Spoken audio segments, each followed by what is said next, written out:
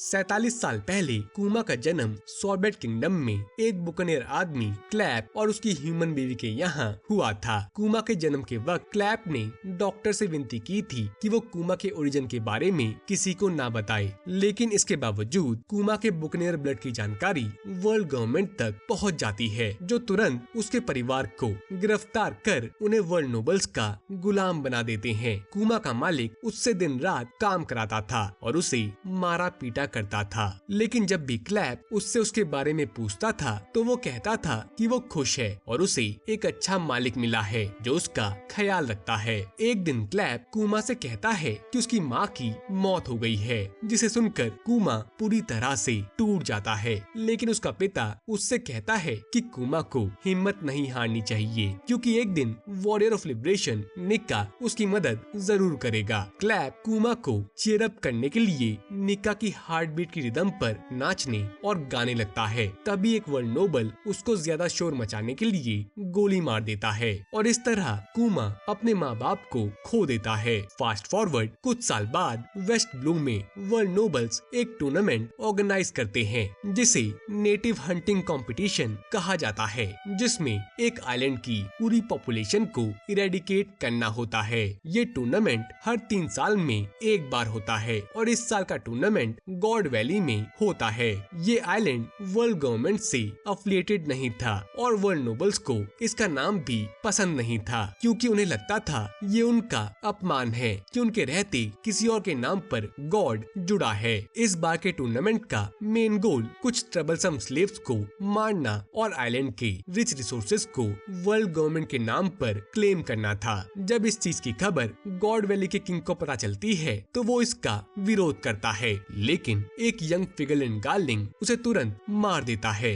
God valley के इस event में सैटर्न भी मौजूद था और उसे ये खबर मिलती है कि कुमा जिसने भागने की कोशिश की थी पकड़ा गया है। कुमा को पकड़ने वाले और कोई नहीं बल्कि दूसरे स्लेव्स थे जो नहीं चाहते थे कि कुमा वहाँ से भागे, क्योंकि कुमा के वहाँ से भागने पर उन लोगों को भी मार दिया जाता। खैर, एक यंग इवनकोव और गिनी उन लोगों को कुमा को मारने से रोकते हैं। इवनकोव कुमा को देखता है और कहता है कि उसने सुना है कि बुकनेयर्स में जायंट ब्लड होता है। इवनकोव कुमा से कहता है कि वो जीना चाहता है और उससे पूछता है कि क्या वो भी जीना चाहता है। कंपटीशन शुरू होने के 1 घंटे पहले वर्ल्ड नोबल्स तैयारी शुरू करते हैं और लोग भागने और छुपने लगते हैं। मरीन हेडक्वार्टर्स में कॉन्ग गाप से कांटेक्ट करके उसे कहता है कि वो गॉड वैली जाए, क्योंकि रॉक पायरेट्स वहाँ जा रहे हैं हाचिनोसु से चोरी किए गए ट्रेजर को वापस लाने। गार्प इनिशियली इस चीज की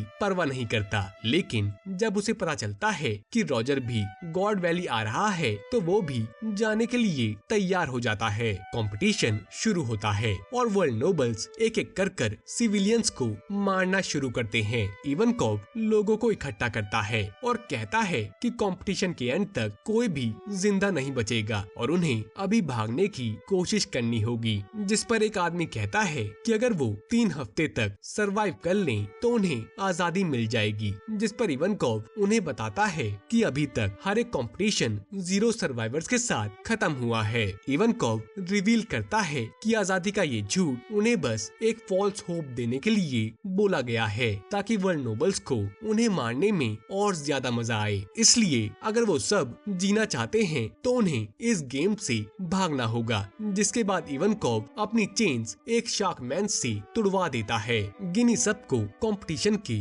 2 प्राइजेस के बारे में बताती है, निक्यू निक्यू नोमी और उओ उओ नोमी मॉडल शिर्यू। इवनकोव बताता है कि अगर वो मरीन ब्लॉकेट को पार कर इन डेविल फ्रूट्स को चुरा लेते हैं तो वो यहाँ से भाग सकते हैं। गिनी उन सबको अश्योर करती है कि ये प्लान सक्सेसफुल होगा, क्योंकि 2 हफ्ते पहले उसने इस इवेंट की खबर आइलैंड के बाहर लीक कर दी थी और उसे उम्मीद है कि इन प्राइजेस के लिए पावरफुल पायरेट्स इस आइलैंड को इन्वेड करने की कोशिश करेंगे। ये सब सुनकर कुमा अपने आप को एज अ डिकॉय वॉलंटियर करता है और कहता है कि उसके स्ट्रॉन्ग फिजिक की वजह से वो ज्यादा देर तक सरवाइव कर सकता है। तभी रॉक पायरेट्स की कई पायरेट शिप्स गॉड वैली पहुंच जाती है, जिन्हें देखकर मरीन्स चौंक जाते हैं। इस क्रू में हमें कई जाने माने चेहरे देखने को मिलते हैं, जिन्हें देखकर मैं तो सरप्राइज हो गया था। खैर, रॉक पायरेट्स के साथ साथ रॉजर पायरेट्स भी गॉड वैली पहुंच जाते हैं। गार्लिंग मरीन्स को वर्ल्ड नोबल्स की रक्षा करने का ऑर्डर देता है और गॉड नाइट्स पायरेट से लड़ना शुरू करते हैं। गार्प इस फाइट को ज्वाइन करता है। गार्प के आते ही ये फाइट फुल ऑन वॉर में बदल जाती है। इस केओस के बीच इवनकोव और कुमा डेविल फ्रूट्स चुरा लेते हैं, लेकिन इससे पहले कि इवनकोव अपना फ्रूट खा पाता, शार्लेट लिनलिन उस पर हमला कर उसका फ्रूट छीन लेती है, जिसके बाद वो कुमा का फ्रूट भी छीनने की कोशिश करती है, लेकिन कुमा वक्त रहते अपने फ्रूट को खा लेता है। डेविल फ्रूट खाने के तुरंत बाद कुमा सैटर्न के सामने टेलीपोर्ट हो जाता है। सैटर्न उससे कहता है कि कुमा एक बुकनियर है, तो या तो वो एक गुलाम बन के जी सकता है या फिर मर सकता है, जिस पर कुमा सवाल करता है कि कौन डिसाइड करता है कि किसी का जन्म दूसरों से कम अहमियत रखता है। कुमा कहता है कि वो अपने डेविल फ्रूट की ताकत से जितने हो सके उतने स्लेव्स को लिबरेट करेगा, जस्ट लाइक सन गॉड निक्का, जिस पर सैटर्न कहता है कि इसी वजह से कुमा के लोगों को मिटा दिया गया था। खैर, इस इवेंट के आफ्टर मैथ में हमें पता चलता है कि कुमा ने अपनी ताकत का इस्तेमाल कर 500 से ज्यादा लोगों को बचा लिया था, जिसमें इवनकोव और गिनी भी शामिल थे। जिसके बाद वो तीनों सॉर्बेट किंगडम चले गए थे। सॉर्बेट में इवनकोव गॉड वैली के इंसिडेंट के बारे में पढ़ता है, जिसमें गार्प को मरीन हीरो का टाइटल दिया गया था, जबकि ज्यादातर घटनाएं मॉर्गन ने छुपा दी थी। कुमा के फैमिली चर्च में कुमा उन सब जिंदगियों के लिए प्रे करता है जिनको वो बचा नहीं पाया, और इस चीज के लिए वो अपने आप को ब्लेम करता है। लेकिन इवनकोव और गिनी कहते हैं कि कुमा के हैंड ऑफ लिबरेशन की वजह से बहुत से लोग आज आजाद और खुश हैं। खैर, इवनकोव समुंदर की तरफ निकल पड़ता है, वहीं कुमा और गिनी सॉर्बेट में रहने का फैसला करते हैं। वो दोनों साथ में रहते हैं और लकड़ी काटकर पैसे कमाते हैं। एक बार दो लड़के कुमा का मजाक उड़ाते हैं और कहते हैं कि कुमा झूठ बोलता है कि वो 9 साल का है, जिस पर गिनी उन दोनों को पीट देती है। कुमा उन दोनों का दर्द दूर करता है और वो दोनों कुमा के दोस्त बन जाते हैं। चर्च में सब साथ में खाना खाते हैं और जिंदगी में पहली बार वो पेट भरकर खाना खा रहे थे। गॉड वैली इंसिडेंट के 8 साल बाद कुमा नाउ 17 ईयर ओल्ड चर्च में एज अ पास्टर काम करता है और हर संडे लोगों को उनके पेन से रिलीव करता है, जिससे गिनी को गुस्सा आता है क्योंकि वो लोग बिना कुछ दिए कुमा से मदद मांगते हैं, जिस पर वो लोग कहते हैं कि किंग बिकोरे के राजा बनने के बाद उनके पास अपनी हेल्थ पर ध्यान देने के लिए पैसा नहीं बचता, क्योंकि उन्हें हेवनली ट्रिब्यूट देना पड़ता है। खैर, उन लोगों को बिल्कुल भी नहीं पता था कि कुमा उन लोगों का दर्द अपने ऊपर ले लेता है, जिसे देखकर गिनी को बुरा लगता है। लेकिन कुमा कहता है कि अगर वो उनका दर्द नहीं लेगा तो ये दर्द उन लोगों पर वापस चला जाएगा, और उसे खुशी मिलती है कि वो किसी के काम आ रहा है। 5 साल बाद गिनी कुमा को प्रपोज करती है, लेकिन कुमा मना कर देता है क्योंकि उसे डर था कि कहीं उसका बुकनियर ब्लड गिनी को भी उसकी माँ की तरह खतरे में न डाल दे। वो दोनों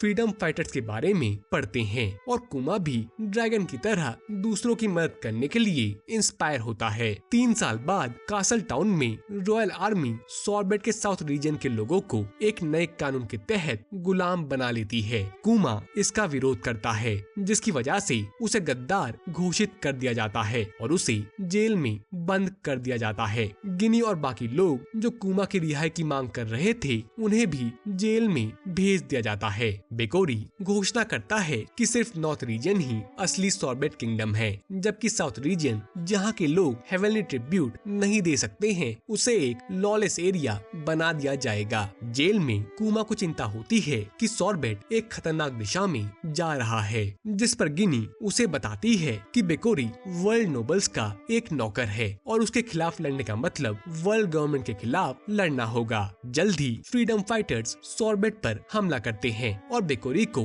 नया कानून वापस लेना पड़ता है, जिस पर सॉर्बेट के नागरिक खुशी मनाते हैं। फ्रीडम फाइटर्स के 2 लोग जेल से सबको आजाद करते हैं, जो और कोई नहीं बल्कि ड्रैगन और इवनकॉफ थे। कुमा और गिनी फ्रीडम फाइटर्स को ज्वाइन करते हैं, जो आगे चलकर रेवोल्यूशनरी आर्मी के रूप में जाने जाते हैं। शुरुआत में जब आर्मी के पास फंड्स कम थे तो वो मर्सिनरीज बनकर रेबिलियंस में मदद करते थे और लोगों को रेवोल्यूशनरी आर्मी में इनवाइट करते थे। ड्रैगन आर्मी ज्वाइन करने वालों को वेपन चलाना सिखाता था, जिस पर कुमा ने ड्रैगन से पूछा था कि उसने वेपन चलाना कहां से सीखा, जिस पर ड्रैगन ने बताया था कि वो पहले एक मरीन था, लेकिन उसे मरीन्स के काम करने का तरीका पसंद नहीं आया, इसलिए उसने मरीन्स को छोड़ दिया था। खैर 8 साल बाद गिनी, जो रेवोल्यूशनरी आर्मी के ईस्ट आर्मी की कमांडर बन चुकी थी, कुमा से मिलने का प्लान बनाती है, लेकिन तभी उन पर एक सरप्राइज अटैक होता है और ड्रैगन को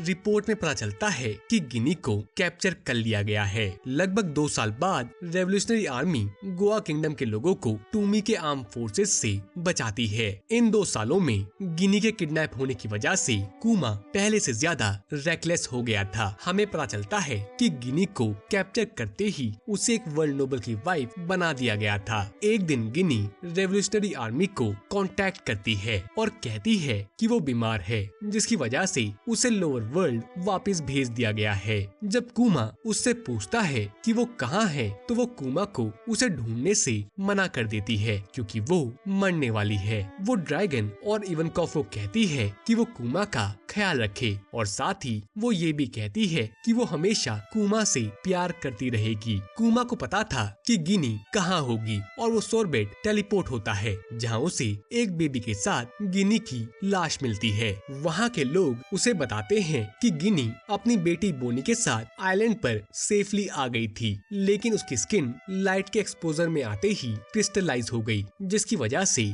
उसकी मौत हो गई। कुमा गिनी से वादा करता है कि वो उसकी बेटी का ख्याल रखेगा। वो और एल्डर्स मिलकर बोनी को बड़ा करते हैं। कुमा नोटिस करता है कि बोनी को उसकी माँ की हंगर विरासत में मिली है और बोनी कुमा को पहली बार पापा कहकर बुलाती है, जिसे सुनकर कुमा बहुत खुश होता है। बोनी का ख्याल रखने के साथ साथ कुमा रेवोल्यूशनरी आर्मी के मिशंस में भी शामिल होता है। सब कुछ अच्छा चल रहा था और कुमा खुश था, लेकिन एक दिन कुमा चर्च की सारी विंडोज बंद कर देता है क्योंकि बोनी की स्किन पर वही क्रिस्टल निकल आया था जिसके कारण गिनी की मौत हुई थी। वो बोनी को किंगडम के डॉक्टर्स को दिखाता है, लेकिन उन्हें इस बीमारी के बारे में कोई जानकारी नहीं थी। बोनी का ख्याल रखने के लिए कुमा रेवोल्यूशनरी आर्मी से रिजाइन कर देता है, जिसको ड्रैगन स्वीकार करता है और कहता है कि रेवोल्यूशनरी आर्मी दुनिया के हर डॉक्टर से इस बीमारी के बारे में कंसल्ट करेगी। खैर बोनी को उसकी स्किन पर क्रिस्टल की वजह से चिढ़ाया जाता है, लेकिन कुमा उसे कहता है कि ये क्रिस्टल उसको और खूबसूरत बनाता है, जिसे सुनकर बोनी खुश हो जाती है और कुमा को बताती है कि वो कौन कौन सी जगह जाना चाहती है जब वो ठीक हो जाएगी। एक दिन एक डॉक्टर कुमा को बताता है कि बोनी को एक rare untreatable disease sapphire scales है। वो कहता है कि सनलाइट को ब्लॉक करने के बावजूद बोनी के पास ज्यादा से ज्यादा 10 साल की उम्र तक जीने का समय बचा है। बोनी इस बात को सुन लेती है, लेकिन उसे लगता है कि जब वो 10 साल की हो जाएगी तो उसकी बीमारी ठीक हो जाएगी। वो हंसते हंसते कुमा से कहती है कि जब वो ठीक हो जाएगी तो हम हर उस जगह जाएंगे जहाँ वो घूमना चाहती है, जिस पर कुमा रोते रोते हाँ करता है। वो इस बच्ची को सच्चाई नहीं बता सकता और इसी के साथ ये वीडियो खत्म होती है। अगली वीडियो में हम एक पिता के सेक्रीफाइस के बारे में जानेंगे। अगर आपको ये वीडियो पसंद आई तो लाइक, शेयर एंड सब्सक्राइब।